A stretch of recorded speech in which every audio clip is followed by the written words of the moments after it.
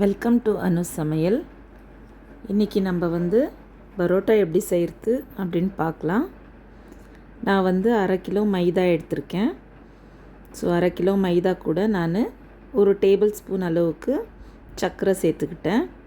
தேவையான அளவு உப்பும் சேர்த்துக்கிட்டேன். இப்போ நம்ம கொஞ்சம் கொஞ்சமாக தண்ணி சேர்த்து மைதாவை நல்லா பிசைஞ்சிக்கலாம்.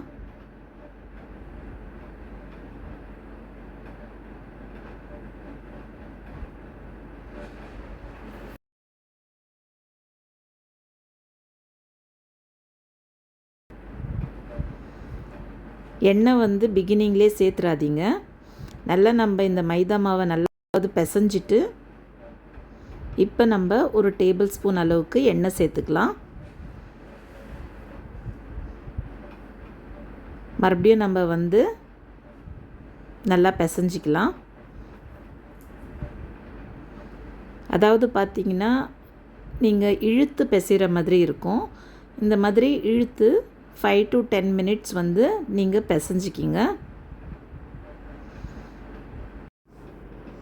நல்லா நீங்கள் இந்த மாதிரி இழுத்து பிசையும் போது தான் க்ளூட்டன் ஃபார்ம் ஆகும்.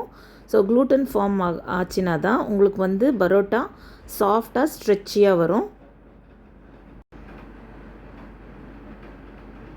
பாருங்கள், இந்த பதத்தில் இழுத்து பிசைஞ்சிக்கலாம். சப்பாத்தி மாவு பிசைகிற மாதிரி பிசையக்கூடாது. அதாவது பார்த்திங்கன்னா இந்த மாதிரி இழுத்து தான் பிசையணும்.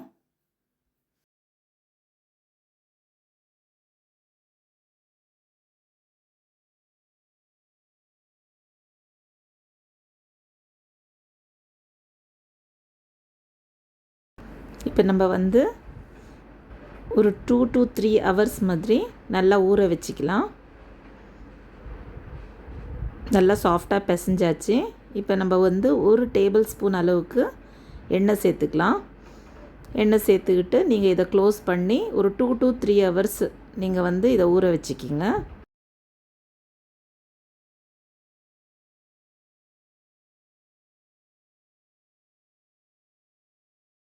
நம்ம க்ளோஸ் பண்ணி வச்சிடலாம்.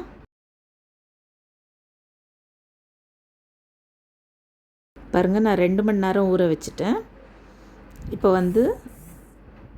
நல்லா ஊறி இருக்குது. இப்போ நம்ம உருண்டை உருட்டிக்கலாம்.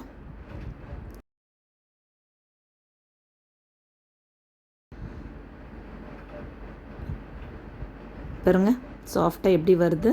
ஸோ இந்த மாதிரி உருண்டை எடுத்துக்கலாம்.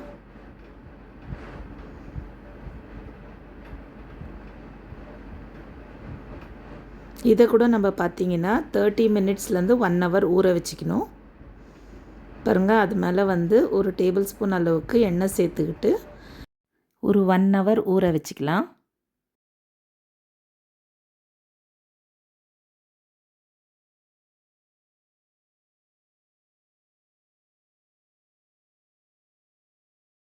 ஸோ பார்த்திங்கன்னா 1 hour ஆயிடுச்சு.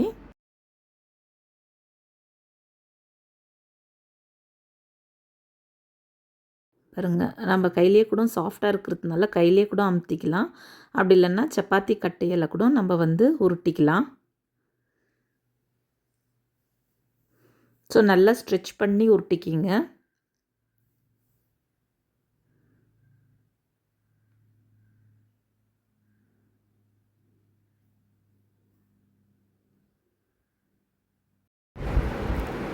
இந்த மாதிரி நல்லா வீசிக்கலாம்.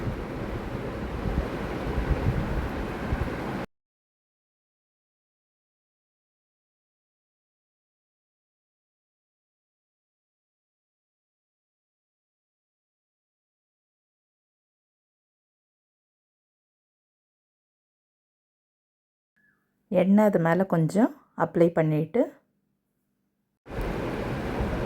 இன்னும் கொஞ்சம் நல்லா உருட்டிக்கலாம். அதாவது மெலிசாக உருட்டிக்கலாம்.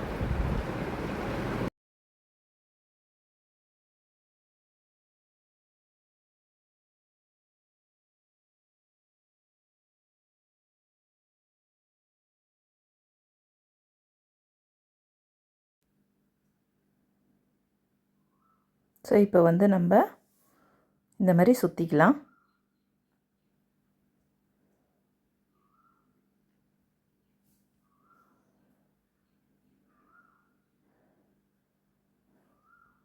இப்போ இது வந்து வேறு மெத்தடில் செய்யலாம். இது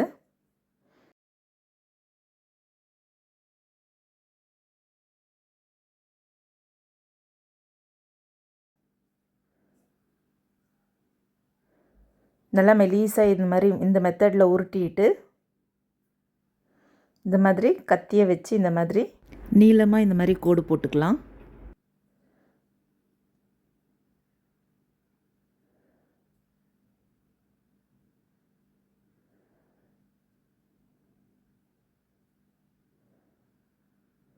ஸோ இப்போ வந்து இது ஜாயின் பண்ணி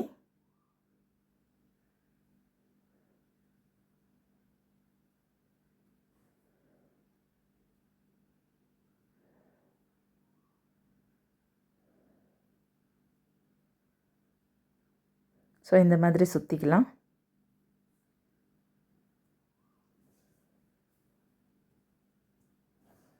இது மறுபடியும் நம்ம ஒரு 1 hour ஊற வச்சிடலாம்.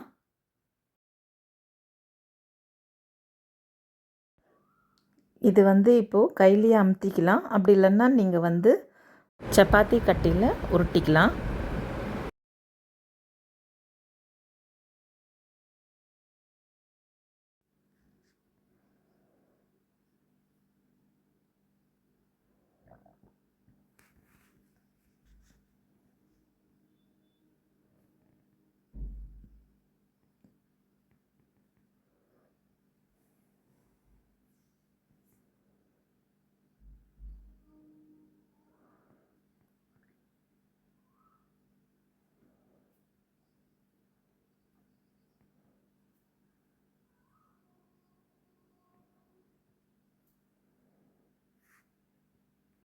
கல் சூடாயிருந்தோம். இப்போ நம்ம வந்து பரோட்டா சுட்டு எடுத்துக்கலாம்.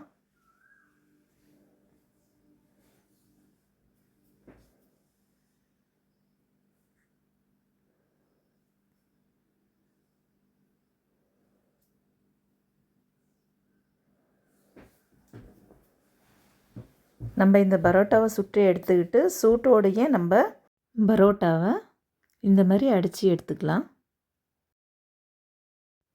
சூடாக இருக்கும் போதே நம்ம வந்து இந்த மாதிரி செஞ்சுக்கணும். ஸோ இப்போ பார்த்திங்கன்னா பரோட்டா ரெடி ஆகிடுச்சு. இதுக்கு வந்து சைட் டிஷ் வந்து நான் செட்டிநாடு சிக்கன் மசாலா செஞ்சுருக்கேன்.